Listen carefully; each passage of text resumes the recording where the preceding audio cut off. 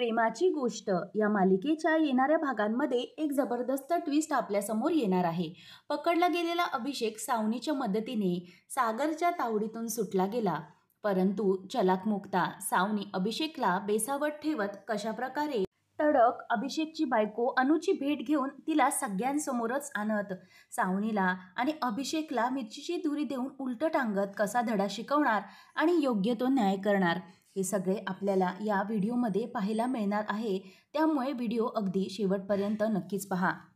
तर मित्रांनो, आतापर्यंतच्या भागांमध्ये आपण पाहिलं की अभिषेक हा आतमध्ये स्वतः अडकलेला असतो आणि त्याला अडकवून मुक्ता सागरला स्टोरूममध्ये त्याच्या बायकोला अनुला शोधायला सांगते.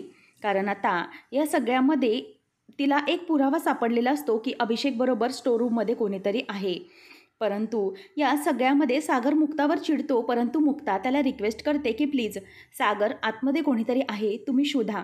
म्हणूनच सागर हा मुक्ताचं ऐकतो आणि अनुला खूप शोधतो, परंतु ती सापडत नाही.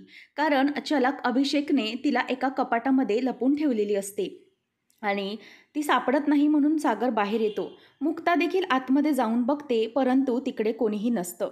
आणि त्यावेळेला आता मुक्ताला टेन्शन येतं की नेमकं आत कोणी नाही, परंतु आत कोणीतरी नक्कीच होतं. कुठे गायब झालं? तिच्या लक्षात येतं की हा मोठा काहीतरी यांचं प्लॅनिंग आहे. त्याशिवाय हे असं तिला लपवू शकत नाहीत. नक्कीच कोणीतरी अभिषेकच्या मदतीला असणार आहे. तर इकडे सावनी ही मुक्ताला तिथे बेसावत ठेवून मुद्दामच स्वातीला आणि इंद्राला बाजूला करते. अगोदर तिने पार्टी पॉपर शोधण्यासाठी मिहिरच्या आणि लकीला बाजूला करून टाकलेलं असतं. आता ती इंद्रा आणि स्वातीला देखील बाजूला करते आणि गॅसवर लाल मिरच्या आता ती गरम करण्यासाठी ठेवते, जेणेकरून त्या मिरच्याचा पूर्ण धूर व्हावा आणि अभिषेक आणि त्याच्या बायकोकडून मुक्ता आणि सागरचे लक्ष विचलित झाले पाहिजे, हा तिचा हेतू असतो. म्हणूनच आता एकटी तिथे कोमल ही बसलेली असते आणि गुरुजी असतात. तिथे कोणी नसतं, म्हणून त्याच संधीचा फायदा घेत आता सावनी जाते आणि सावनी पूर्णपणे दूर करते. त्याच वेळेला आता सावनी ही नुसता दूर केल्यानंतर तिथे कोमल आता जोरजोरात ठसके घेऊ लागते. आणि सावनीने अभिषेकला प्लॅनिंगमध्ये फोनवर सांगितलेलं असतं की मी इथे दूर करणार, त्यामुळे तू पटापट धावते आणि त्यांना देखील तिकडून हकलव, म्हणजे तुझ्या बायकोला अनुजाला बाहेर पळता येईल. असा प्लॅन त्यांचा ठरलेला असतो आणि त्या प्लॅनप्रमाणेच त्यांनी वागण्याचं ठरवलेलं असतं. त्यामुळे सावनी सर्वत्र दूर करते. याचा त्रास आता कोमलला व्हायला लागतो आणि कोमल जोरात ठसका लागत असते आणि ती वाचवा असं ओरडत असते. त्याच वेळेला आता तिथे धावत अभिषेक येतो आणि म्हणतो की हा धूर कोणी केलेला आहे. तर स्वाती या इंद्रा आतमध्ये असतात. त्यांचा दरवाजा अगदी बंद असतो, म्हणून त्यांचं या सगळ्या गोष्टींकडे अजिबातच लक्ष नसतं. त्यावेळेला तिला आता त्रास व्हायला सुरुवात होते. म्हणून मुद्दाम धावत अभिषेक आलेला असतो आणि तो काहीही हातामध्ये न घेता कोमलला बघतो आणि म्हणतो की तुला काय होतंय. तेव्हा ती मिरच्यांकडे बोट दाखवते आणि मग आता अभिषेक तो तवा, त्याला कोणत्याही प्रकारचा आधार नसतो आणि तो तवा असा हात लावून बाजूला पाडतो आणि जेणेकरून त्या तव्यावरच्या सगळ्या मिरच्या खाली पडाव्यात आणि धूर थांबावा. आणि पुन्हा एकदा तो स्वतःचा हा चांगुलपणा सिद्ध करण्यासाठी खोटं वागून दाखवतो. तेवढ्यातच तिथे आता सागर आणि मुक्ता देखील पोहोचलेले असतात. आणि मग आता सागर विचारतो की हे अचानक कसं काय झालं आणि हे इतका दूर कसा झाला. तर या सगळ्यामुळे कोमलला खूपच त्रास व्हायला लागलेला असतो. तिला अगदी त्या वासामुळे कोंडायला सुरुवात झालेली असते आणि तो ठसका तिचा काही थांबत नसतो. तेव्हा आता अभिषेक हा मुद्दामच कोमलला पटकन बाजूला घेतो आणि म्हणतो की कोमल, तुला काय होतंय, काय झाले, अशी तो तिची आता या सगळ्यामध्ये विचारपूस करू लागतो. तेव्हा मग मुक्ता म्हणते की हा धूर कसा काय झाला, हे कसं झालं अचानक, हा मिरच्यांचा धूर कसा, इथे सगळे विधी चालू आहेत आणि मग गॅसवर अशा प्रकारे मिरच्या ठेवल्या तरी कोणी, असं मुक्ता रागानेच विचारते. त्याच वेळेला आता इथे हे सगळं होत असताना लगेच सावनी म्हणते की ॲक्च्युली अगं मी हे सगळं केलं दृष्ट काढण्यासाठी. मुक्ताला कळत नाही की नेमकं सावनीला काय बोलायचं आहे. तेव्हा मग ती म्हणते की अगं मी दृष्ट काढण्यासाठी हे सगळं करत होते, परंतु अचानक हा सगळा इतका दूर कसा झाला मला कळलं नाही.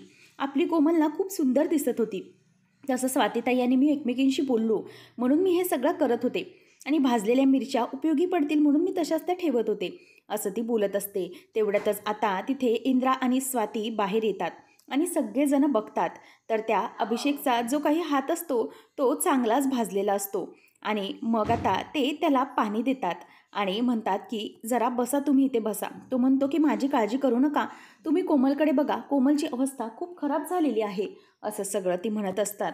नंतर आता कोमलला देखील तो ते पाणी प्यायला देतो आणि शांत करतो. या सगळ्या गडबडीमध्ये आता सावनीचा प्लॅन चांगलाच सक्सेसफुल झालेला असतो, कारण अभिषेकची जी बायको अनुजा असते ती तिथून खालून निघून गेलेली असते. आणि मग या सगळ्यात सागर म्हणतो की अभिषेक तुम्ही ठीक आहात ना? तेव्हा तो बोलतो की हो मी ठीक आहे, आणि माझ्या एका पेशंटला मी भेटण्यासाठी गेलो होतो आणि इतका सगळा गोंधळ गडबड झाली, तर इकडे मात्र कोमलची अवस्था बेकार झालेली असते. कोमलला थोडीशी चक्करसारखं झालेलं असतं. अगोदर तिला फिट्सचा त्रास आणि याच्यामध्ये या श्वासाचं कोंडणं याने तिला त्रास होऊ लागतो. आता मुक्ता आणि सागर घाबरलेले असतात. नेमकं आपल्या कोमलच्या जीवावर असं काय बेतलं, आणि आता सावनीलाही काही बोलू शकत नाही, कारण सावनी तिच्या चांगल्यासाठीच करत होती, म्हणून मुक्ता शांत असते. तेव्हा आता हे अभिषेक म्हणतो की कोणीही काही काळजी करू नका, कोमल अगदी ठणठणीत आहे, मी तिला बरं करतो, असं म्हणून आता कोमलला तो एका प्रकारे चेअरअप करण्याचा प्रयत्न करतो. तिला म्हणतो की हे बघ कोमल, तू ठीक आहेस, तुला काही होणार नाही आहे, त्या श्वासाने इतका त्रास होणार आहे ठीक आहे, परंतु तू एक काम कर, तू डीप ब्रिदिंग कर, म्हणजे तुला अगदी बरं वाटेल. आणि तो तिला पाणी प्यायला देतो आणि फ्रेश व्हायला सांगतो. त्याच वेळेला आता कोमलचा मेकअप तर पूर्णपणे खराब झालेलाच असतो आणि कोमल आता खूप घाबरलेली देखील असते. आता सावनीला कोमलचा हा अवतार पाहून खूप मजा येत असते. म्हणते की निघाली साखरपुडा करायला, आता हिची अवस्था बघा मी काय करून ठेवली आहे ते. त्याच वेळेला इथे मुक्ता म्हणते की पण मला खरंच हे काही कळत नाही, हे सगळं कसं चालू आहे. आणि इथे या सगळ्यामध्ये मात्र अनुजा ही निसटलेली असते. कोमल ही शांत होते आणि नंतर अभिषेक म्हणतो की बघा ना काय झालं, या सगळ्यामध्ये इतका मोठा गोंधळ होऊन बसला. आता यावर सागर म्हणतो की तुम्हाला आता बरं वाटतंय ना? त्यावर आता अभिषेक म्हणतो की हो मी ठीक आहे. आणि खरंच इतका मोठा गोंधळ गडबड झाली, तेव्हा मग आता त्या पेशंटला मी विचारायला गेलो आणि इथे इतकं सगळं घडून गेलं. मग आता लगेच इंद्रा विचारते की मग ठीक आहे ना तर तुमचा कोणतो पेशंट? तेव्हा मग तो म्हणतो की हो हो ठीक आहे. मग आता अभिषेक म्हणतो की चला आपण पुढच्या विधींना सुरुवात करूया का? तेव्हा आता हे सगळं होत असताना त्याला आठवतं की त्याची पेशंट कोण होती. त्याची पेशंट म्हणजे त्याची बायको अनुजा होती, आणि ती अनुजा आता कशाप्रकारे बाहेर निसटली, सगळं सावनीच्या मदतीमुळे शक्य झालं, असा विचार तो करतो. आणि म्हणतो की काहीच प्रॉब्लेम नाही ना, आपण पुढच्या विधींना आता सुरुवात करून घेऊ. तेव्हा हा असा बोलल्यानंतर मुक्ता मनातच म्हणते की किती निर्लज्ज आहे हा, काही साखरपुड्याचा विषय सोडत नाही. म्हणून आता मुक्ता बोलते की कसं आहे ना, तुम्ही ठीक आहात का? तेव्हा तो म्हणतो की हो मी ठीक आहे. मग आता मुक्ता बोलते की अहो तुमचा हात किती भाजलाय, म्हणजे अशा हातावर अशा अवस्थेत तुमचा साखरपुडा आपण कसा करणार, म्हणून आपण एक काम करूया, आपण हा साखरपुडा थोडा लांब करूया. तेव्हा मग तो म्हणतो की हे सगळं कशाला करायचं, म्हणजे आज साखरपुड्याचा मुहूर्त आहे आणि काही दिवसातच लग्न, मग हा मुहूर्त आपण कसा तोडू शकतो, तुम्हाला मम्मी हे योग्य वाटत आहे का? असं आता इथे मुक्ता विचारते, कारण अशा अवस्थेमध्ये आपण त्यांच्याबरोबर विधी कशा करून घेणार आहोत. असं म्हटल्यावर आता इथे इंद्राला काय बोलावं काही सुचतच नसतं. आणि मुक्ताला सोबत देण्यासाठी मिहीर आणि लक्की म्हणतात की हो वहिनी तुझं अगदी बरोबर आहे, अरे दादूस आपण यांच्याबरोबर फोटो वगैरे कसे काढणार, त्यांच्या हाताला किती लागलंय बरोबर दिसणार नाही, त्यापेक्षा तुम्ही जरा मलमपट्टी करा. मुक्ता म्हणते की मम्मी मला काय वाटत आहे, आपण लग्नाच्या दिवशी साखरपुडा थोडा अगोदर उरकून घेऊ शकतो, म्हणजे असं भरपूर ठिकाणी घडतं, साखरपुड्यानंतर थोड्या वेळाने लग्न केलं जातं, तसंही चालेल. तेव्हा मग आता मुक्ता गुरुजींना विचारते. आणि त्याच वेळेला आता हे सगळं म्हटल्यावर लकी आणि मीराही म्हणतात की हो हो आपण त्याच दिवशी पूर्ण मजा करूया, हवा धुवा करूया, असं आता त्याच्या भाषेतच लकी म्हणतो.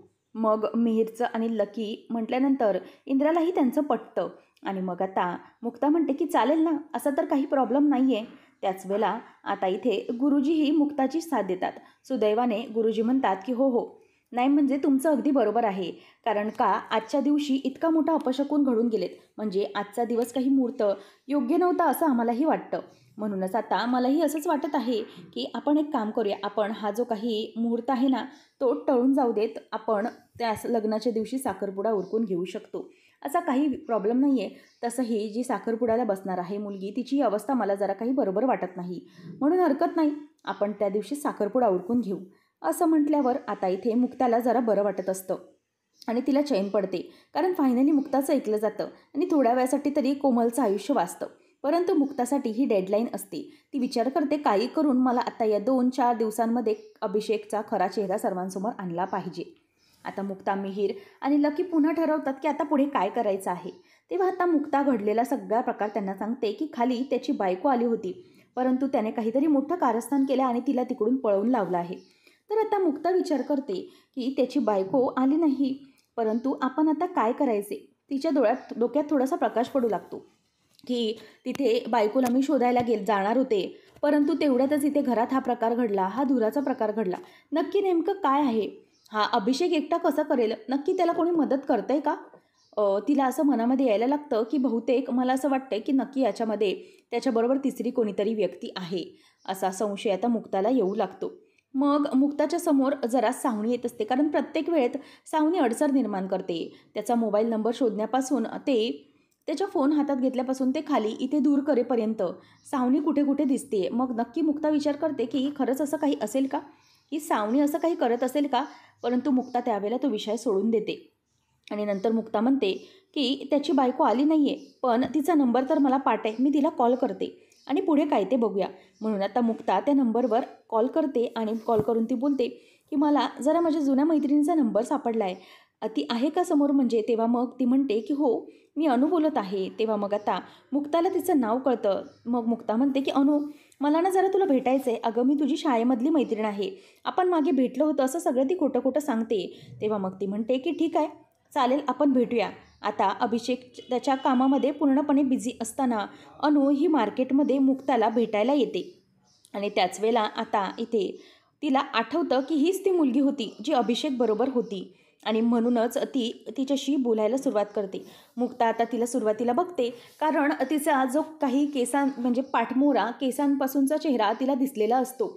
अभिषेकशी बोलताना अनु पाठमोरी उभी असते हे तिला आठवतं, परंतु तिची केस बांधण्याची स्टाईल आणि तिची ड्रेसिंगची स्टाईल यावरून मुक्ता ओळखून जाते की बरोबर ही आहे अभिषेकचीच बायको आणि ही अभिषेकची बायको आता मला भेटायला आली आणि ही संधी मला सोडून चालणार नाही, असं मुक्ता आता इथे बोलून दाखवते. त्याच वेळेला मग आता इथे मुक्ता म्हणते की सॉरी, मला माफ करा, मी कोणी तुमची मैत्रीण वगैरे नाही, परंतु मी तुमच्या नवऱ्याला चांगलंच ओळखते. आता अनुला इथे खूप मोठा धक्का बसलेला असतो की हिला माझा नवरा अभिषेक कसं काय माहिती, कारण आम्हाला लग्नाचं आम्ही कुठेही काही अनाऊन्समेंट केलेली नाही, कुठेही कोणाला लग्न माहिती नाही, मग कसं, असं ती विचार करते आणि मग तिला धक्काच बसतो. मग आता ती म्हणते की मी मुक्ता आहे, मुक्ता कोळी, कोमल जिच्याशी लग्न करत आहे ना, ती माझी नणंद आहे. हे ऐकल्यावर आता अनुला धक्का बसतो. ती म्हणते की हे सगळं काय आहे, तुम्ही मला कशाला बोलवलं आहे. असं काही नाही, माझा नवरा कोणाशी लग्न करत नाही.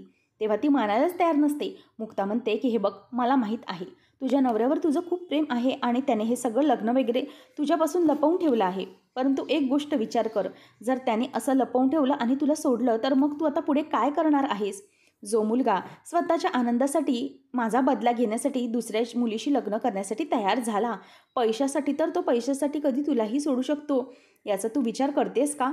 म्हणून तुला जर योग्य मार्गावर आणायचं असेल तुझ्या नवऱ्याला, तर तुला खऱ्याची साथ द्यावी लागेल. म्हणजे माझ्या घरात असं वाटत आहे की हा मुलगा खूप चांगला आहे, कारण हे जे सगळं तो करतोय ना, तो सगळं तू खूप चांगल्या मनाने करतोय, परंतु जर आता योग्य वेळी त्याला धडा शिकवला नाही तर मात्र खूप मोठा अनर्थ होऊन बसेल. म्हणूनच आता माझी मदत कर, असं मुक्ता तिला कन्व्हिन्स करते आणि एका मुलीचं आयुष्य बर्बाद होण्यापासून तू वाचवू शकते असं देखील म्हणते. उद्या जाऊन आम्ही पोलीस केस केली तर बदनामी तुझ्याच नवऱ्याची होईल आणि कदाचित त्याचं मेडिकल लायसन्स देखील कॅन्सल होईल. म्हणून आता बघ, तुझ्या हातात जे आहे, काय करायचं आहे, कसं करायचं आहे ते तू बघ आणि मग तू माझी साथ दे. आता हे ऐकल्यानंतर जेव्हा अभिषेकच्या सगळ्या गोष्टींवर प्रहार होणार असतो आणि सगळ्या गोष्टी घडतील, म्हणूनच आता अनु तिच्याबरोबर मदत करायला तयार झालेली असते. आणि त्यानंतर आपल्याला पाहायला मिळतं की मुक्ताच्या सोबत आता एक मोठा पुरावा आलेला असतो. तिच्या हातात आता मोठं एक आयतं कोलीतच आलेलं असतं. दुसऱ्या दिवशी मुक्ता आता अभिषेकला घरी बोलावते आणि आपण साखरपुड्याचं बोलूया, म्हणजे लवकर साखरपुड्या करूया, असं काहीतरी बोलून मुक्ता त्याला बोलवते. तिला माहीत असतं की हे बोलल्यावर तो नक्कीच येणार आहे. म्हणूनच आता कोणालाच कळत नसतं की नेमकं मुक्ताच्या मनात काय चालू आहे. तेव्हा मुक्ता म्हणते की आज सगळ्यांसमोर मी मोठा खुलासा करणार आहे. सागर म्हणतो की मुक्ता, नेमकं तुमच्या डोक्यामध्ये काय सुरू आहे. तेव्हा मग ती म्हणते की आता कळेल तुम्हाला सागर, थोड्याच वेळात. तेवढ्यातच आता अभिषेक येतो आणि कोमल तर खूपच खुश झालेली असते. तेव्हा अभिषेक म्हणतो की बोला, तुम्ही मला बोलावून घेतलं आहे, अचानक काय झालं. ॲक्च्युली मी एका अर्जंट मीटिंगमध्ये होतो. तेव्हा मुक्ता म्हणते की हो, आता तुम्हाला मीटिंग करायची आहे आणि फक्त खरोखर एक गोष्ट सांगा, तुमची बायको कुठे आहे? तुम्ही लग्न केलेलं आहे अगोदर, तुम्ही आम्हाला फसवत आहात. तेव्हा मग आता अभिषेक म्हणतो की हे काय बोलताय तुम्ही वहिनी? माझं लग्न तर कोमलसोबत होणार आहे. मग माझं हे कसं काय? तुम्ही खोटं बोलताय काहीतरी किंवा तुम्हाला काहीतरी गैरसमज झालेला आहे. तेव्हा पटकन सावनी बोलते की अगं मुक्ता, असं काय करते? त्यांचं लग्न तर आपल्या कोमलसोबत ठरवलं आहे ना आपण. त्यांचं पहिलं लग्न कसं झालं असेल? तेव्हा मुक्ता सावनीकडे चिडून बघते. म्हणते की तुम्ही काहीही यामध्ये बोलू नका. आता सावनीवर मुक्ता चिडलेली पाहून सगळ्यांना धक्का बसतो. मग आता अभिषेक म्हणतो की तुम्ही असे का करत आहात? मला खरंच कळत नाही. तुम्हाला मी अगोदरपासून आवडत नाही. तुम्ही माझं लग्न पण लावायला निघालात. नेमकं काय केलं आहे? तेव्हा मग आता ती म्हणते की माझ्याकडे तसा पुरावा आहे. तेवढ्यातच आता सागर म्हणतो की मुक्ता काय झालं आहे नक्की? मग आता मुक्ता म्हणते की हे बघा सागर, हा जे बोलतोय ना तो अत्यंत खोटारडा आणि धूर्त आहे. मग आता इंद्रा त्याच्याकडे बघायला लागते. इंद्राला आता काही कळत नसतं की कशाचं खरं मानावं. ती म्हणते मुक्ता, अगं मुक्ता काय करतेस काय तू हे?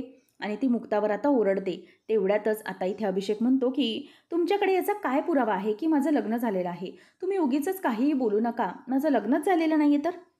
त्याच वेळेला मग आता मुक्ता म्हणते की अनुजा जरा या. असं म्हणून आता अनुजाचं नाव घेतल्यावर आता अभिषेकची बायको समोर आलेली असते आणि ती जेव्हा समोर येते तेव्हा सगळ्यांना धक्का बसतो. आणि सावनी अभिषेकचा तर खेळ संपलेलाच असतो. अभिषेक म्हणतो की या कोण आहेत? मी यांना ओळखत नाही. तेव्हा अनु खूप चिडते आणि म्हणते की काय? तू हे सगळं काय बोलत आहेस अभि? तू मला ओळखत नाहीस? अरे मी तुझी लग्नाची बायको आहे. सगळ्यांपासून लपवून तू लग्न केलं आणि तुला काहीच बोलली नाही, परंतु तू आता सगळ्या जगासमोर सत्य आणण्याची वेळ आली आहे, तरीही खोटंच बोलत आहेस. तेव्हा आता मुक्ता म्हणते की खरं खरं सांग आता काय आहे? तेव्हा मग आता ती म्हणते की मी अनु आहे याची बायको. याने कोणालाही घरात काही सांगितलेलं नाही, कारण या सगळ्या गोष्टी त्याने थोडा वेळ मागितला होता की कोणाला सांगायचं नाही आपण, कारण आईवडिलांनाही सांगितलं नाही, अगोदर आपण सेटल होऊया वगैरे, मी याच्यावर विश्वास ठेवला. आणि आता हे ऐकल्यावर इंद्रा आणि सागर हे खूपच चिडतात आणि मग आता मुक्ताचा निर्णय सागरला योग्य वाटत असतो. अभिषेक घाबरतो आणि पोलिसांचं आता नाव ऐकल्यानंतर तो म्हणतो की हो खरं आहे, अनु माझी पहिली बायको आहे, आमचं लग्न झालं आहे आणि हे लग्न वगैरे मी कोमलशी करतोय ते खरं नाही आहे, बदला घेण्याचं वगैरे आहे, म्हणूनच मग मी बदला घेण्यासाठी हे लग्न करायला बघितलं. तेव्हा मग आता तो म्हणतो की प्लीज माझं असं काही करू नका, पोलिसांकडे देऊ नका. तेव्हा मुक्ता म्हणते की हो मला माहीत आहे की हे सगळं तू केलेलं आहेस आणि तू केलंस, तुझ्या साथीला आणखी कोण आहे ते देखील मला माहिती आहे. तेव्हा तो म्हणतो की हो माझ्याबरोबर सावनी आहे. आणि ऐकल्यावर सगळ्यांनाच धक्का बसतो. आणि मग आता इथे इंद्रा मात्र खूप चिडते. इंद्रा म्हणते की मला माहीतच होतं ही कुत्र्याची शेपूट आहे, ती वाकडीच राहणार. आता इथे सागर पण खूप चिडलेला असतो. तो म्हणतो की आता अभिषेक मी तुला सोडणार नाही आहे. आणि मग तो पोलिसांना बोलवण्याची देखील धमकी देतो. आणि तो म्हणतो की मुक्ताने माझ्या कॉलेजमध्ये ज्या प्रकारे कानाखाली मारली ना, त्याच्यासाठी मी हे सगळं केलं. प्लीज मला माफ करा, मला पोलिसांच्या ताब्यात देऊ नका, माझं करिअर पूर्णपणे बर्बाद होऊन जाईल. तेव्हा मग सागर चिडून त्याच्यावर हात उगारायला जातो. आणि मग मुक्ता म्हणते की सागर प्लीज थांबा. आता सागर म्हणतो की तुला हे सगळं अगोदर वागताना काही भीती वाटली नव्हती का? हे सगळं जेव्हा तू अगोदर करत होता तेव्हा तुला काही वाटलं नव्हतं का? असं सगळं तो तिला बोलून दाखवतो. आणि सावनी पण घाबरलेली असते. आता या सगळ्यामध्ये अभिषेक मुक्ताची माफी मागतो आणि म्हणतो की प्लीज मला माफ करा, मला सोडून द्या. आता अनु पण म्हणते की प्लीज ताई असं काहीही करू नका ना, कारण खूप मोठा प्रॉब्लेम होईल. मेडिकल लायसन्स कॅन्सल झालं तर आमचं भविष्यच पूर्णपणे धोक्यात आहे. आता सावनी मात्र रागाने त्यांच्याकडे बघत असते.